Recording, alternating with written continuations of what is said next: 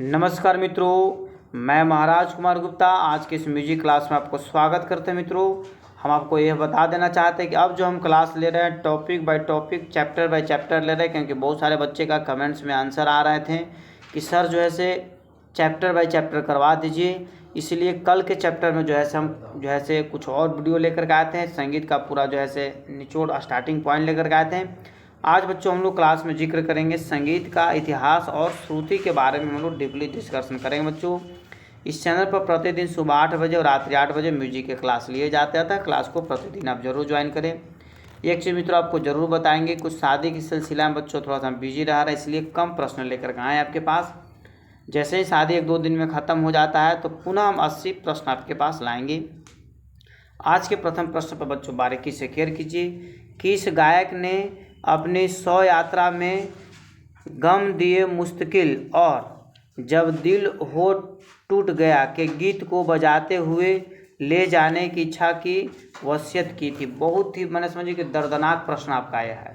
ठीक है, कौन से ऐसे गायक हैं जो ऐसी दर्द भरी जो ऐसे डायलॉग आपके समक्ष प्रस्तुत करके चले गए कि जब मेरा 100 यात्रा हो तो इतनी कठिन जो है से गाना जो है से बजाते हुए जाना चाहिए मेरे 100 यात्रा में।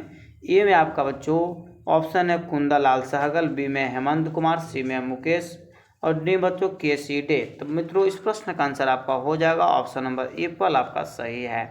सभी प्रश्नों का आंसर आप कमेंट्स में तत्काल दिया कीजिए। अगला प्रश्न है कि वैदिक युग में सांगीतिक मेला या उत्सव का आयोजन किया जाता था जहां आमोद प्रमोद के साथ कुमारियां, युवतियां और प्रौढ़ाएं संगीत, ठीक है, योग्यता और प्रतिभा का प्रदर्शन कर विवाह योग्य चुनी जाती थी। उस आयोजन का क्या नाम था? ए में आपका बच्चों रास है, बी में समन है, सी में आमोद है, डी बच्चों धूम कुरिया है। तो मित्रों आप कमेंट्स में तत्काल आंसर दीजिए कि इस प्रश्न का आंसर क्या होगा। तो मित्रों इस प्रश्न का आंसर आपको हो जाएगा ऑप्शन नंबर बी, समन हो जाएगा। अगले प्रश्नों पर केयर कीजिए और कोशिश कीजिए कि सभी प्रश्नों का आंसर आप कमेंट्स में लगातार देते रहें। मित्रों प्रश्न है कि ईसा पूर्व 400 में लव कुश को संगीत की शिक्षा किसने दी थी? इस प्रश्न का आंसर बच्चों आपको कमेंट्स में तुरंत देना चाहिए कि लव कुश के गुरु कौन थे? अगस्त मुनि, कृष्ण भगवान, वाल्मीकि या कश्यप? तो मित्रों यदि आप म्यूजिक का शिक्षक बनना चाहते हैं या फिर हिंदू धर्म से या कोई भी धर्म से बिलोंग्स करते हो, यदि इसके बारे में यदि आपको आंसर नहीं याद है तो बहुत ही दुख की बात है मित्रों। इस प्रश्न का आंसर आपको हो जाएगा ऋषि वाल्मीकि। ऑप्शन नंबर सी क्या है? सही है। इस प्रकार बच्चों अगले प्रश्न पर केयर कीजिए। अगला प्रश्न है कि संगीत सम्राट, ठीक है, संगीत सम्राट तानसेन के गुरु कौन थे? संगीत सम्राट तानसेन के गुरु कौन थे? मित्रों फटाफट आप कमेंट्स में आंसर दिया कीजिए ताकि कम समय में आपको अधिक से अधिक तैयारी हो जाए। तो ए में आपका स्वामी हरिदास, बी में गुरु नानक, सी में बैजू बावरा और डी में बच्चों राजा सौरसेन। तो मित्रों संगीत सम्राट जो तानसेन थे उनके गुरु का नाम था स्वामी हरिदास। एप्पल आंसर आपका सही है। कौन सा सही है? एप्पल। इस प्रकार मित्रों अगले प्रश्न पर केयर कीजिएगा। दक्षिणी संगीत का आदि गुरु किन्हें कहा गया है? अति महत्वपूर्ण प्रश्न आपके एग्जाम्स के लिए है कि दक्षिणी संगीत का आदि गुरु किन्हें कहा गया है? ए में आपका स्वामी हरिदास, बी में है मदन राज, सी में है गोपाल नायक और डी में है पुरंदरदास। बताइए मित्रों क्या आंसर होगा कि दक्षिणी संगीत का आदि गुरु किन्हें कहा गया है? तो मित्रों आपको बताते चले कि दक्षिणी संगीत का आदि गुरु आपको पुरंदरदास को बोला गया। ऑप्शन नंबर डी आपका सही है। अगला प्रश्न है कि 12वीं शताब्दी में विश्वविख्यात गायक व कवि जयदेव गोस्वामी का प्रादुर्भाव हुआ। उनके द्वारा रचित, ठीक है, संस्कृत ग्रंथ योग्यता एवं भक्ति श्रृंगार की दृष्टि से अनुपम एवं, मतलब कहने का मतलब है कि जयदेव जो है से कौन सी किताब को लिखे हैं, ठीक है, उसका जिक्र बच्चों यहाँ पर प्रश्न में दे दिया। इतना लंबा प्रश्न आपको इसलिए डाल दिया गया है ताकि आप जो है से कंफ्यूज रहें, ठीक है, और कंफ्यूज में आ करके आप गलत टिक आउट कर दें या फिर आपका समय को लैप्स कर दिया जाए। अर्थात यहाँ पर प्रश्न मुख्य रूप से कि जो है से जयदेव गोस्वामी का लिखा हुआ किताब इनमें से कौन है? तो मित्रों ए में गीत गोविंदम, बी में है राधा गोविंदम, सी में है मानसो उल्लास और डी में बच्चों भोपाल सागर। तो मित्रों इस प्रश्न का आंसर आपको हो जाएगा गीत गोविंदम के लेखक हैं जयदेव साहब, ठीक है, 12वीं शताब्दी में इन किस किताब को लिखा गया था। अगला प्रश्न है इनमें किसने अपनी फिल्म में लोक धुनों का प्रयोग अधिक किया है? इनमें किसने अपनी फिल्म में लोक धुनों का अधिक प्रयोग किया है? ए में आपका भूपेन हजारिका, बी में AR रहमान, सी में उत्तम सिंह और डी में बच्चों बप्पी लाहिड़ी। तो बताइए मित्रों क्या आंसर होगा कि इनमें से इनमें किसने अपनी फिल्म में लोक धुनों का प्रयोग अधिक किया है? तो मित्रों इस प्रश्न का आंसर आपका हो जाएगा ऑप्शन नंबर ए पर भूपेन हजारिका। उनके हैं भूपेन हजारिका। अगला प्रश्न है, किस तिथि को जन गण मन गीत को राष्ट्रगान के रूप में स्वीकार किया गया? ठीक है, किस तिथि को जन गण मन को, मतलब जो भारत का राष्ट्रीय गान है जन गण मन, उसको जैसे कब जो है स्वीकार किया गया? 15 अगस्त 1947, 24 जनवरी 1954 और 20 मई 1956 और 18 जून 1960। तो बताइए मित्रों क्या आंसर होगा? यह प्रश्न आपके एग्जाम्स के लिए अति महत्वपूर्ण है। तो मित्रों आपको बताते चलें कि इस प्रश्न का जो आंसर हो जाएगा, तो मित्रों आपको बताते चले कि इसमें से कोई आपका ऑप्शन सही नहीं। इसका आंसर हो जाएगा 24 जनवरी 1950। 24 जनवरी 1950 मतलब कहने का मतलब कि बॉल आपका आंसर क्या है? सही है। ठीक है, इस प्रकार मित्रों अगले प्रश्न पर केयर कीजिए कि विद्रोही कवि के रूप में किसे जाना जाता है? जाना जाता है जो असाधारण प्रादुर्भाव कवि एवं उच्च कोटि के गायक व गीतकार थे तथा मृत्यु से पूर्व 25 वर्ष तक असाध्य मानसिक विक्षिप्तता की स्थिति में रहे। ए में आपका मित्रों ऑप्शन है रजनीकांत, बी में काजी नजरुल इस्लाम, सी में अतुल प्रसाद सेन और डी में बच्चों गिरीशचंद। तो मित्रों आप कमेंट्स में तुरंत आंसर दीजिए कि विद्रोही कवि के नाम से किन्हें जाना जाता है? तो मित्रों विद्रोही कवि के नाम से काजी नजरुल इस्लाम को जाना जाता है। ऑप्शन नंबर आपका सही। इनका संबंध जम्मू कश्मीर से था। यह 25 वर्षों तक बच्चों माइंड से डिस्टर्ब रह गए थे। बाबुल मोरा नैहर छूटल जाए जैसी जनप्रिय ठुमरी के रचनाकार एवं अख्तर पिया के नाम से विख्यात तथा उच्च कोटि के नर्तक संगीतज्ञ रचयिता तथा परम रसिक संगीत प्रेमी कौन थे? ए में आपका है मौला बख्श, बी में गुलाम रसूल, सी में बच्चों वाजिद अली शाह और डी में ओम राव खां। तो बताइए मित्रों क्या आंसर इसका होगा? इसमें 3-4 प्रश्न आपका निकल रहा है। पहला प्रश्न है कि बाबुल मोरा नैहर छूटल जाए, ये लेखक कौन है? तो इसका भी आंसर इसी प्रश्न में है। या फिर बच्चों अख्तर पिया किसका उपनाम है? ठीक है, तो मित्रों इस प्रश्न का आंसर आपको हो जाएगा Wajid Ali Shah. Option number C आपका सही है। अगले प्रश्न पर क्लियर कीजिएगा। बादशाह अकबर के सर्वाधिक प्रिय सभा गायक कौन थे? ठीक है, ए में बच्चों आपका जो है बीरबल साहब, बी में है टोडरमल साहब, बी में सी में है बैजू बाबरा और डी में है तानसेन। ठीक है, तो मित्रों इस प्रश्न का आंसर यदि आपको याद है तो कमेंट्स में तुरंत आंसर दिया कीजिए कि यह प्रश्न अति आवश्यक है और आपके एग्जाम्स के लिए तो और ज़्यादा महत्वपूर्ण है। इसका आंसर हो जाएगा Tansen. Option number D. Tansen कौन कौन से राग को लिखे हैं? पहला है मियाँ की तोड़ी, दूसरा का है मियाँ की सारंग, तीसरा का है मियाँ की मल्हार, दरबारी कन्हाड़ा आदि की रचना इन मतलब तानसेन के द्वारा ही किया गया है। इसमें से भी आपको प्रश्न पूछ सकता है। अगला प्रश्न बच्चों, संगीत के घराने की नींव किस काल में पड़ी थी? संगीत के घराने की नींव किस काल में पड़ी थी? ए में मित्रों आपका ऑप्शन है गुप्त काल, बी में है बौद्ध काल, सी में राजपूत काल, डी बच्चों वैदिक काल। बच्चों इस प्रश्न का आंसर हम बहुत बार आपको बता चुके हैं, तो आपका इसका आंसर देना आपको कमेंट्स में अति आवश्यक है कि संगीत के घराने की नींव किस काल में पड़ी थी। तो मित्रों इसका आंसर हो जाएगा ऑप्शन नंबर सी, राजपूत काल में संगीत के घराने की नींव पड़ी थी। बच्चों इस प्रकार अगले प्रश्न पर क्लियर कीजिए, संगीत रत्नाकर ग्रंथ के रचयिता कौन है? ए में मित्रों आपका ऑप्शन है सोमेश्वर साहब, बी में अभिनव गुप्त, सी में सारंगदेव और डी बच्चों पार्श्वदेव। बताइए मित्रों क्या आंसर होगा कि संगीत रत्नाकर ग्रंथ के रचयिता कौन है? मित्रों इस प्रश्न का आंसर आपको कमेंट्स में देना अति आवश्यक है। तो संगीत रत्नाकर ग्रंथ के रचयिता मित्रों आपको सारंगदेव। ऑप्शन नंबर सी आपका क्या है? सही है। अगले प्रश्न पर बच्चों क्लियर कीजिए कि ग्वालियर घराने के प्रतिष्ठा अति गुणी संगीत विद्वान राजा कौन थे जिनके दरबार में बख्श, बैजू तथा रामदास और उच्च कोटि के संगीतवादी थे? ए में आपका महाराणा कुंभा, बी में आपका राजा मानसी तोमर, सी में है लक्ष्मण सेन और डी बच्चों राजा शेर सिंह। तो मित्रों आप इस प्रश्न का आंसर तुरंत कमेंट्स में दीजिए क्योंकि यह प्रश्न अति महत्वपूर्ण है और इस प्रश्न का आंसर हम बहुत बार बता चुके हैं। तो मित्रों इस प्रश्न का आंसर हो जाएगा आपको राजा मानसी तोमर। आंसर बी आपका क्या है? सही है। सभी प्रश्न का आंसर आप कमेंट्स में जरूर दिया कीजिए। 14वीं शताब्दी में मिथिला के परम भक्त कवि व गायक जिन्हें मैथिल कोकिल कहा जाता है कौन थे? ए में आपका विद्यापति, बी में है लालदास, सी में है लोचन साहब, डी में बच्चों चंडीदास। अति महत्वपूर्ण आपका प्रश्न है कि जैसे मिथिला के परम भक्त कवि या गायक किन्हें बोला जाता है, या मिथिला कोकिल किसे उपनाम से जाना जाता है? तो मित्रों विद्यापति को जाना जाता है। ऑप्शन नंबर एप्पल आपका सही है। सभी बच्चे का आंसर कमेंट्स में सही आ रहा है, इसके लिए सभी को दिल से धन्यवाद। आप लोग स्वस्थ रहिए। अगला प्रश्न है कि किस मंदिर में भगवान कृष्ण की बंसी वादन करते हुए अष्टभुजी मूर्ति है? अति महत्वपूर्ण प्रश्न बच्चों कि किस मंदिर में भगवान कृष्ण की बंसी वादन करती हुई अष्टभुज मूर्ति है? ए में आपका है काजीवरम, बी में है पंपाती, सी में विट्ठल और डी में बच्चों लेपाक्षी। तो बताइए मित्रों क्या आंसर होगा? तो मित्रों इस प्रश्न का आंसर यदि आपको याद है तो कमेंट्स में तत्काल आंसर दीजिए। तो इसका आंसर हो जाएगा मित्रों काजीवरम, मतलब एप्पल आंसर आपका सही है। अगला प्रश्न मित्रों, बड़े ख्याल, ठीक है, जिसको विलंबित ख्याल के नाम से जाना जाता है, कि गायन शैली तथा जौनपुरी, तोड़ी, असावरी 12 प्रकार के श्याम आदि रागों का उद्वान किस गुणी संगीतज्ञ ने किया था? अर्थात बड़े ख्याल का जो आविष्कार किसने किया था? ए में आपका हुसैन शाह, बी में अमीर खुसरो, सी में गोपाल नायक, डी में महाराणा कुंभा। मित्रों इस प्रश्न का आंसर भी हम आपको बहुत बार बता चुके हैं। तो मित्रों इस प्रश्न का आंसर हो जाए हुसैन शाह, मतलब एप्पल आंसर आपका 100% सत्य है।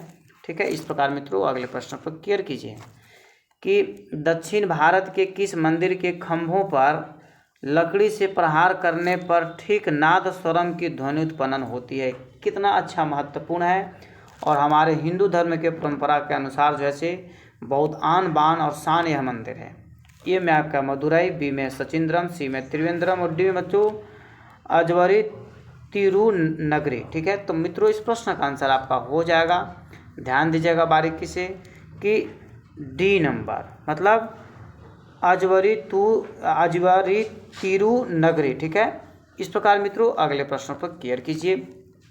अज्ञातवास की अवधि में अर्जुन ने किस नाम से राजा विराट के दरबार में रहकर उनकी पुत्री उत्तरा को संगीत की शिक्षा दी थी और उत्तरा से लास्ट में शादी भी कर लिए थे? ठीक है, अज्ञातवास की अवधि में अर्जुन ने किस नाम से राजा विराट के दरबार में रहकर जो है से उनकी पुत्री को शिक्षा दी थी, मतलब अर्जुन जी उनके पुत्री के गुरु थे और अंत में उनके पुत्री से विवाह भी कर लिए थे। तो बताइए मित्रों अर्जुन को उस समय क्या नाम से थे? पहला ऑप्शन आपका ए है बृहनल्ला, बी में लीलाधर, सी में मुरलीधर और डी बच्चों यशपाल। तो मित्रों इस प्रश्न का आंसर आपको हो जाएगा एप्पल, बृहनल्ला। ठीक है, इस प्रकार अगले प्रश्न पर क्लियर कीजिएगा मित्रों। रासलीला नृत्य का निर्माण किस काल में हुआ था? रासलीला नृत्य का निर्माण किस काल में हुआ था? ए में आपका रामायण काल, बी में महाभारत काल, सी में वैदिक काल, डी में बच्चों उपनिषद काल। बताइए मित्रों क्या आंसर होगा कि रासलीला नृत्य का निर्माण किस काल में हुआ था? तो मित्रों आपको बताते चले कि रासलीला जो है से कृष्ण भगवान से संबंधित है और कृष्ण भगवान महाभारत काल में थे। अतः इस प्रश्न का आंसर क्या हो जाएगा? ऑप्शन नंबर बी महाभारत काल। अगले प्रश्न पर क्लियर कीजिएगा मित्रों कि जैन युग, ठीक है, 600 ईस्वी पूर्व में प्रचलित मुख्य वाद्य यंत्र कौन सा था जिसके विविध प्रकार परिवादिनी, विप्रंची, वल्की, नकुली तथा कछवी प्रचार में थे? सब बीना का नाम है। ए में आपका प्रणव, बी में वीणा, सी में मृदंग और डी बच्चों देवदुदुम्भी। तो बताइए मित्रों क्या आंसर होगा? तो मित्रों हम प्रश्न में पढ़ दिए कि सभी के सभी जो बीना के प्रकार है, तो ऑप्शन नंबर बी इसका क्या है? सही है। अगले प्रश्न पर क्लियर कीजिएगा मित्रों। दत्तिल, शार्दुल, कोहल, तुम्बरू, सांडिल्य मुनि और विश्वाखिल, नंदिकेश्वर आदि संगीत शास्त्री किनके काल में थे? ए में आपका विश्वासु, बी में भरत और मतंग, सी में शास्त्रीगण और डी में बच्चों स्वाति। तो बताइए मित्रों क्या आंसर होगा? फट से आप कमेंट्स में आंसर दिया कीजिए। तो मित्रों इस प्रश्न का आंसर होगा भरत और मतंग के शासन काल में, मतलब उन्हीं के जैसे जीवन काल में इन लोग भी जैसे महत्वपूर्ण विद्वान संगीत के थे। अगला प्रश्न मित्रों, किस काल में भिक्षुओं द्वारा थेर गाथा तथा भिक्षुणियों द्वारा थेरी गाथा का गायन किया जाता था? ए में आपका महाभारत काल, बी में जैन काल, सी में बौद्ध काल और डी में बच्चों रामायण काल। तो मित्रों इस प्रश्न का आंसर यदि आपको याद है तो कमेंट्स में आप तुरंत आंसर दिया कीजिए।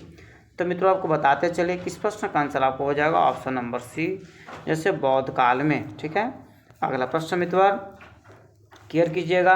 सन 1253 से 1324 ईस्वी में असाधारण प्रतिभाशाली एवं फारसी, अरबी, तुर्की, ब्रज भाषा आदि के विद्वान उच्च कोटि के गायक कलाकार हुए। उन्हें फारसी के संगीत के मिश्रण से अनेक नवीन रागों सृष्टि तथा अपनी उद्भावनी शक्ति से अनेक नवीन रागों, गीति, वाद्य यंत्रों का आविष्कार किया। वह कौन थे?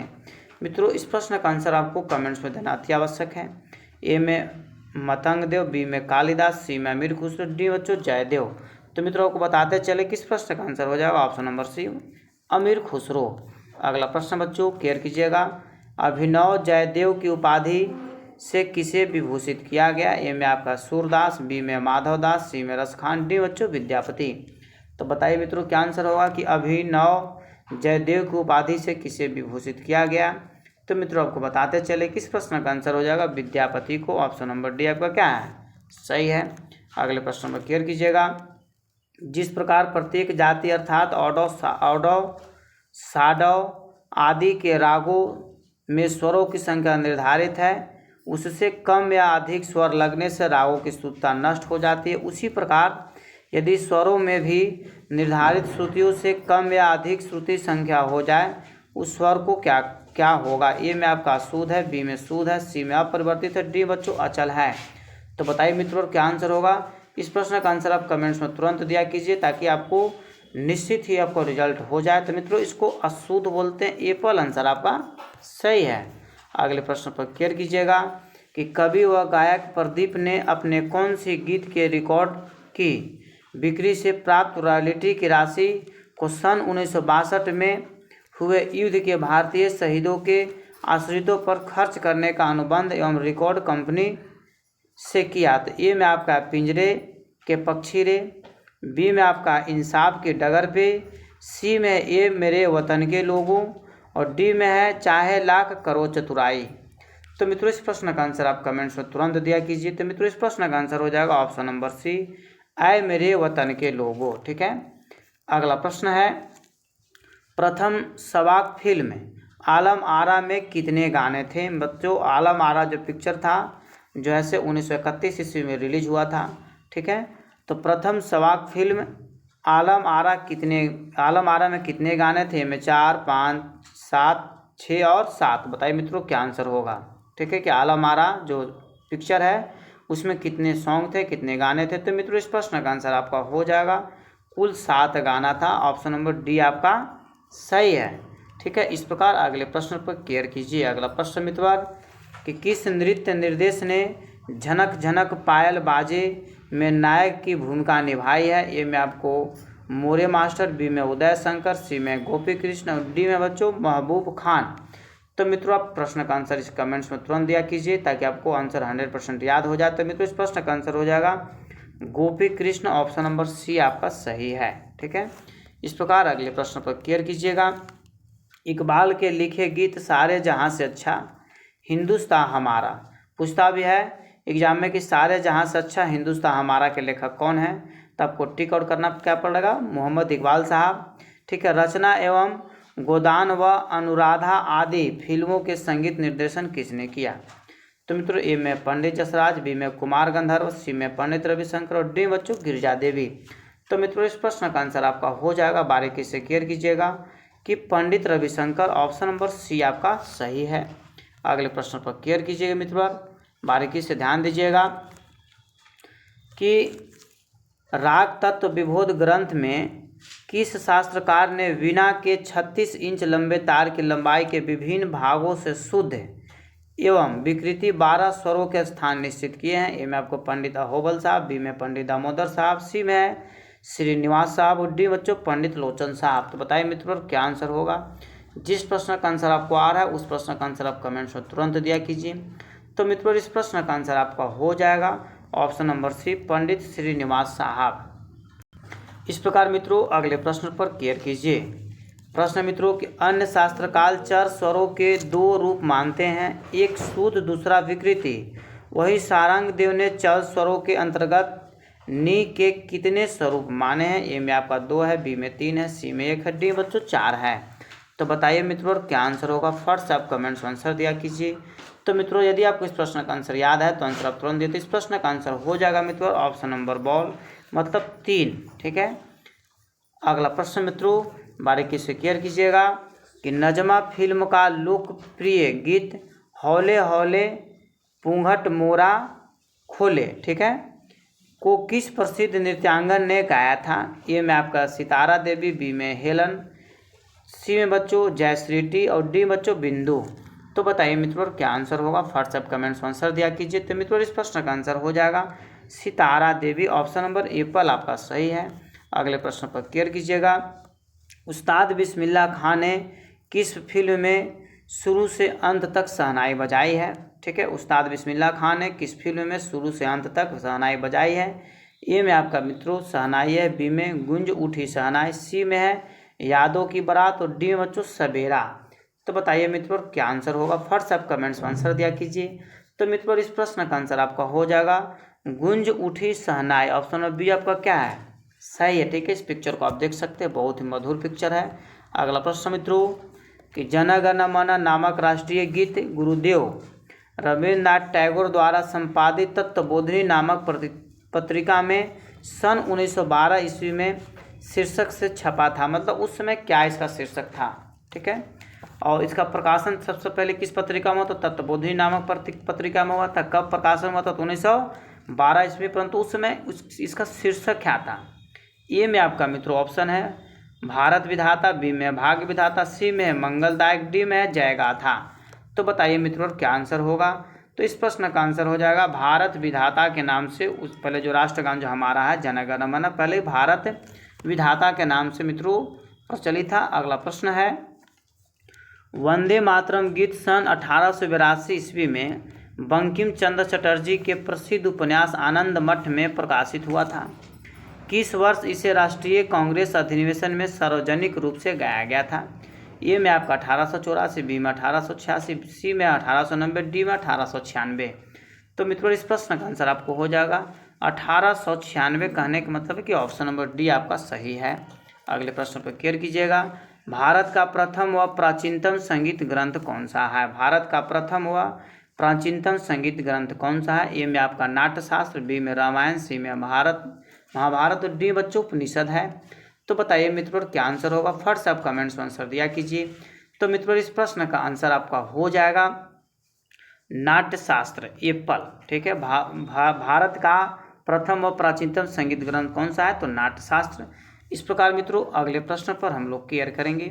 अगला प्रश्न मित्रों कि ईस्वी पूर्व 260 से 643 ईस्वी तक भारत में रहने वाले एक चीनी यात्री हर्षवर्धन के शासनकाल में नृत्य व संगीत की उत्तम स्थिति का उल्लेख अपनी यात्रा वृत्तांत में किया था।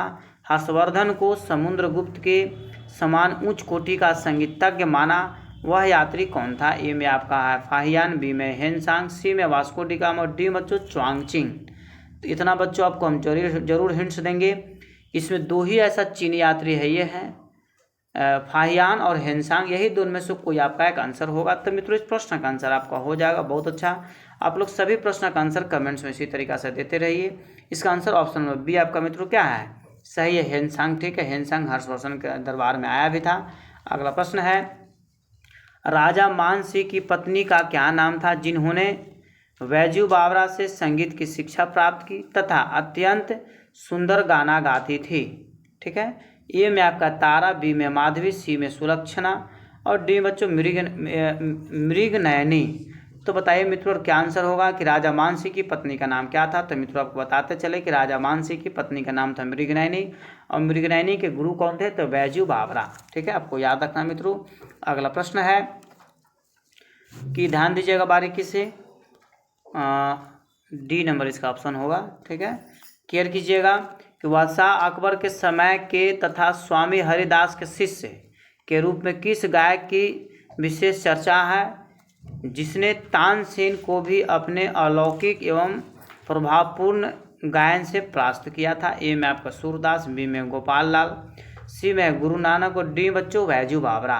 तो मित्रों इस प्रश्न का आंसर आपका हो जाएगा। आप पकड़ भी सकते हैं कि अकबर के दरबार में कौन रहता था? तानसेन के साथ में टक्कर देता था। तो इसका आंसर हो जाएगा ऑप्शन नंबर डी बैजू बावरा। इस प्रकार मित्रों अगले प्रश्न पर क्लियर कीजिए कि संगीत विषयक वेद कौन सा है? मतलब कौन सा ऐसा वेद है जिसका संबंध संगीत से है, यदि आप इस प्रश्न का आंसर नहीं देते हैं तो बहुत दुख की बात है। फटाफट दम भूखायल शेर की तरह तुरंत आंसर देना शुरू कर दीजिए कि संगीत विषयक वेद कौन सा है। सभी का आंसर सही आया, इसके लिए सभी को दिल से धन्यवाद। ऑप्शन नंबर 20 सबका क्या है, सही है, सामवेद है। अगला प्रश्न मित्रों क्लियर कीजिएगा।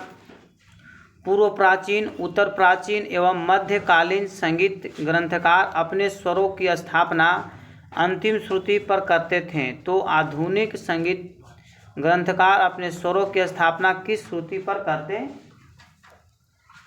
हैं। तो मित्रों ए में आपका अंतिम श्रुति, बी में मध्य श्रुति, सी में प्रथम श्रुति और डी बच्चों द्वितीय श्रुति। तो बताइए मित्रों क्या आंसर होगा।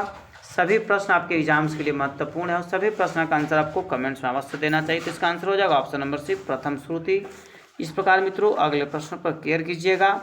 अगला प्रश्न मित्रों कि भारत पाक विभाजन के बाद हिंदुस्तान ने पाकिस्तान जाने वाली गायिका नूरजहां ने किस वर्ष हुए भारत पाक युद्ध में भारत के खिलाफ पाकिस्तानी सैनिकों को हौसला बढ़ाने के लिए अपने गाना गाए थे।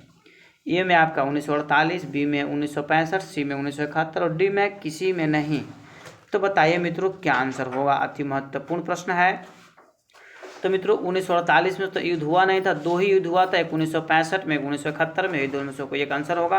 तो मित्रों 1965 के युद्ध में नूरजहां ऐसा काम की थी। ऑप्शन नंबर बॉल आपका क्या है, सही है। ठीक है मित्रों, इस प्रकार अगले प्रश्न पर क्लियर कीजिएगा। प्रश्न मित्रों कि गुरुदत्त उदय शंकर ने नृत्य की विविध तालीम ली तथा एक फिल्म के लिए नृत्य निर्देशन भी किया, वह फिल्म कौन सी है। मतलब कहने का मतलब है कि गुरुदत्त द्वारा, ठीक है, कौन सी फिल्म का जैसे नृत्य निर्देशन किया गया। ए में आपका गर्ल्स स्कूल, बी में हम एक हैं, सी में संग्राम और डी में बच्चों किस्मत है। तो बताइए मित्रों क्या आंसर होगा। सभी प्रश्न का आंसर आप कमेंट से निकाल दिया कीजिए। तो इस प्रश्न का आंसर हो जाएगा मित्रों हम एक है। ऑप्शन नंबर बॉल आपका क्या है, सही है। अगले प्रश्न पर क्लियर कीजिएगा। अगला प्रश्न मित्रों कि जन गण मन के समान किस राष्ट्रीय गीत को सम्मान दिया जाता है। ठीक है, ए में आपका है मोर रंग दे बसंती चोला, बी में ए मेरे वतन के लोगों, सी में इंसाफ की डगर पे और डी बच्चों वंदे मातरम। बताइए बच्चों क्या आंसर होगा कि जन गण मन के समान किस राष्ट्रीय गीत को सम्मान दिया जाता। मतलब जितना सम्मान जन गण मन को दिया जाता उसी रूप में इस राष्ट्रीय गीत को भी देखा जाता है। तो मित्रों इस प्रश्न का आंसर आपका हो जाएगा वंदे मातरम को। ऑप्शन नंबर डी आपका क्या है, सही है। अगला प्रश्न मित्रों कि आलम आरा के बाद की फिल्म इंद्र सभा में कितने गाने थे जो आज तक एक कीर्तिमान है। मतलब कहने का मतलब बच्चों कि इंद्र सभा जो पिक्चर है तो उसमें कितने गाने थे। आलम आरा पिक्चर में कुल 7 गाना था, परंतु इंद्र सभा में कुल कितने गाने गाए गए थे। तो मित्रों ए में आपके 21 है, बी में 41 है, सी में 71, डी बच्चों 81 है। आपको हम बहुत पहले ही बता चुके हैं कि आज के क्लास में हम लोग जिक्र करेंगे संगीतज्ञ के इतिहास के बारे में। ठीक है, संगीत का जो इतिहास बन चुका है उसके बारे में हम लोग जिक्र कर रहे हैं। तो इसका आंसर हो जाएगा बच्चों ऑप्शन नंबर सी, कुल 71 गाना है। आप समझ सकते हैं कुल कितना गाना, थोड़ा छोटा ही गाना है, परंतु कुल 71 गाना का संग्रह किया गया। आज तक पूरे विश्व में इसका रिकॉर्ड है कि किसी भी पिक्चर में इतना गाना आज तक नहीं डाला गया जितना कि इंद्र सभा में गाना की संख्या डाला गया। इस प्रकार मित्रों अगले प्रश्न पर क्लियर कीजिएगा कि मेरा नाम जोकर फिल्म के गीत जीना यहाँ मरना यहाँ। ठीक है, जोकर फिल्म का जो बच्चों जो गीत है जीना यहाँ मरना यहाँ, इसके सिवा जाना कहाँ को पूरा लिखने के पहले ही गीतकार शैलेंद्र का निधन हो गया। तत्पश्चात उस गीत को किस गीतकार ने पूरा किया था। आप समझ सकते हैं कि कितना हाईलाइटेड गाना लिख रहे थे और लिखते लिखते उनका मृत्यु हो गया था। उस गाना को पुनः जैसे किसने लिखा, फिर से ध्यान से सुनिएगा। जीना यहाँ मरना यहाँ, इसके सिवा जीना कहाँ। ठीक है, जोकर पिक्चर एक है उसमें बच्चों यह गाना गाया गया है। तो इसका लेखक दोबारा जैसे कौन बने। ए में माया गोविंद, बी में इंदिवर, सी में शैली शैलेंद्र, डी बच्चों गुलशन बाबरा। तो मित्रों इस प्रश्न का आंसर आपका हो जाएगा ऑप्शन नंबर सी, शैली शैलेंद्र। ठीक है, इस प्रकार मित्रों अगले प्रश्न पर क्लियर कीजिएगा। किस काल में अश्वघोष नामक एक महान दार्शनिक एवं संगीतज्ञ ने केवल संगीत के बल पर हिंदुओं को बौद्ध धर्म में दीक्षित कर दिया था। ए में आपका सुंगल काल, बी में मौर्य काल, सी में बौद्ध काल, डी बच्चों कनिष्क काल। ठीक है, बारीकी से बच्चों आप कमेंट्स में आंसर दिया कीजिए। ए में शुंग काल, बी में मौर्य काल, सी में बौद्ध काल और डी बच्चों कनिष्क काल। बताइए मित्रों क्या आंसर होगा, व्हाट्सएप कमेंट्स में आंसर दिया कीजिए। तो मित्रों इस प्रश्न का आंसर आपका हो जाएगा ऑप्शन नंबर डी, कनिष्क काल में। ठीक है, इस प्रकार मित्रों आज का अंतिम प्रश्न है कि ऐ मेरे वतन के लोगों को किसने स्वरबद्ध किया था। ऐ मेरे वतन के लोगों को किसने स्वरबद्ध किया था। ए में रवि साहब, बी में नौशाद, सी में ख्याम और डी बच्चों सी रामचंद्रन। तो बताइए मित्रों क्या आंसर होगा। अति महत्वपूर्ण प्रश्न है, यह आज का अंतिम प्रश्न है। तो मित्रों इस प्रश्न का आंसर आपका हो जाएगा ऑप्शन नंबर डी, सी रामचंद्रन। इस प्रकार मित्रों आज का क्लास यहीं पर समाप्त किया गया। हम उम्मीद करते हैं कि आप स्वस्थ होंगे, अच्छे होंगे। और मित्रों यदि आप इस चैनल पर पहली बार विजिट कर रहे हैं तो मित्रों चैनल को तुरंत सब्सक्राइब कर लीजिए। मित्रों लाइक भी जरूर किया कीजिए और इसे अपने स्टडी ग्रुप में फटाफट शेयर किया कीजिए ताकि सभी लोग पढ़ सके और सभी लोग पढ़ सके। यह आपका उत्तरदायित्व बनता है बच्चों। यदि आप स्टेट या बीपीएससी टीआरई थ्री की तैयारी कर रहे हैं बच्चों तो यह क्लास आपके लिए अति महत्वपूर्ण है। आप हमसे ई बुक और नोट कॉपी इस नंबर के माध्यम से खरीद सकते हैं। आज का क्लास यहीं पर समाप्त किया जा रहा है। एक बार प्रेम से बोलिए भारत माता की जय।